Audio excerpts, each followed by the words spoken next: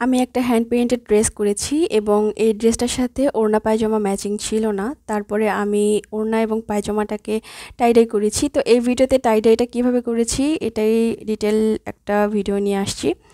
তো welcome to দিনা with creative tales. আশা করি সবাই অনেক বেশি ভালো আছেন। কথা না বাড়িয়ে চলুন কাজে চলে যাই।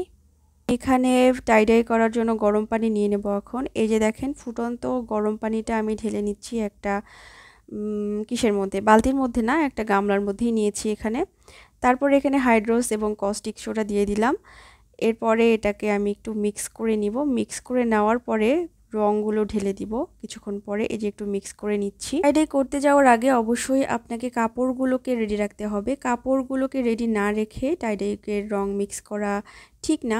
এই যে রঙগুলো মিক্স করলেন, এটা যদি ঠান্ডা হয়ে যায় সেক্ষেত্রে রঙটা কিন্তু পাকা হবে না। যারা অনেক এক্সপার্ট, টাই-ডাই সম্পর্কে অনেক ধারণা রাখেন, এই ভিডিওটা তাদের জন্য নয়। যারা একদম বিগিনার তাদের জন্য আমি এই কথাগুলো বলছি। তারা হয়তো বা বলতে পারেন যে এটা এমন কি বলার, এটা তো আমরা জানি। তো তাদের উদ্দেশ্যেই বলছি, এটা আপনার জন্য ইনফরমেশন আমি দিলাম না।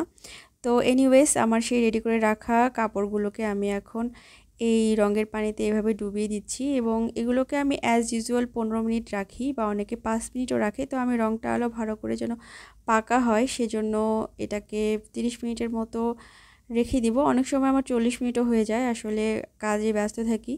আমি তো আর একটা কাজে থাকি না, বিভিন্ন কাজ থাকে। তো দেখা যাচ্ছে যে আমার 1 ঘন্টাও হয়ে যাচ্ছে, এটা কোনো ব্যাপার না, এটা ডিপেন্ড করে। তো আমি আজকে চাচ্ছি রঙগুলো যেন খুব ভালোভাবে কাপড়ের ভিতর ঢুকে যায়, যার জন্য এটাকে আমি আজকে 30 মিনিটই রাখবো। তো এই যে দেখছেন এক্সট্রা কাপড়টা এভাবে, যেখানে আমি রং করব না সেটা এভাবে ঝুলিয়ে রেখেছি এবং অলরেডি আমি কিন্তু এটাকে ওয়াশ করে নিয়েছি, একদম ভালো করে ওয়াশ করে নিয়েছি এটাকে, যেন পানিগুলো একদম সাদা পানি বের হয়ে যায়, সেই রকম ওয়াশ করে আমি এটাকে নিলাম। তো এখন আমি এখান থেকে এই গিট্টুগুলো খুলবো।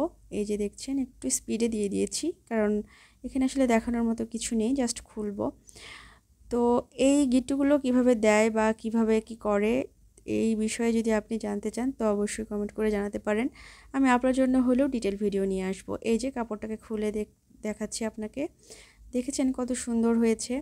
আমার কিন্তু ভীষণ পছন্দ হয়েছে। তো এটা আসলে ওড়নার মধ্যে আমি পমপম লাগাচ্ছি। এই যে পমপম লাগিয়ে নিচ্ছি এবং পুরো ওড়নাটার লুক আমি দেখাই। এই যে দেখেন এটা কিন্তু ওড়না ছিল। যেহেতু রুমের আলোতে আমি ভিডিওটা করেছি তাই লাইটিংয়ের ব্যবস্থাটা ওইভাবে ভালো নেই আমার, এখনও সেটআপটা আমি করিনি। যাই হোক, তো রুমের আলোতে যতটুকু কালার আমি আপনাদেরকে বোঝাতে পেরেছি, হয়তো বা 100% আসেনি, হয়তো বা 19-20 হবে, এইরকম একটা অবস্থা। তো ওভারঅল কাজটা কিন্তু আমার খুব ভালো লেগেছে এবং খুব শীঘ্রই আমি এই ড্রেসটা বানাবো নিজের জন্য ইনশাল্লাহ। তখন তো আপনাদের সাথে শেয়ার করবই। সেই সাথে এই ভিডিওটা কেমন লাগলো এটাও আপনি জানাতে আমাকে ভুলবেন না এবং আপনি কোত্থেকে দেখছেন এটাও অবশ্যই কমেন্ট করে জানাবেন।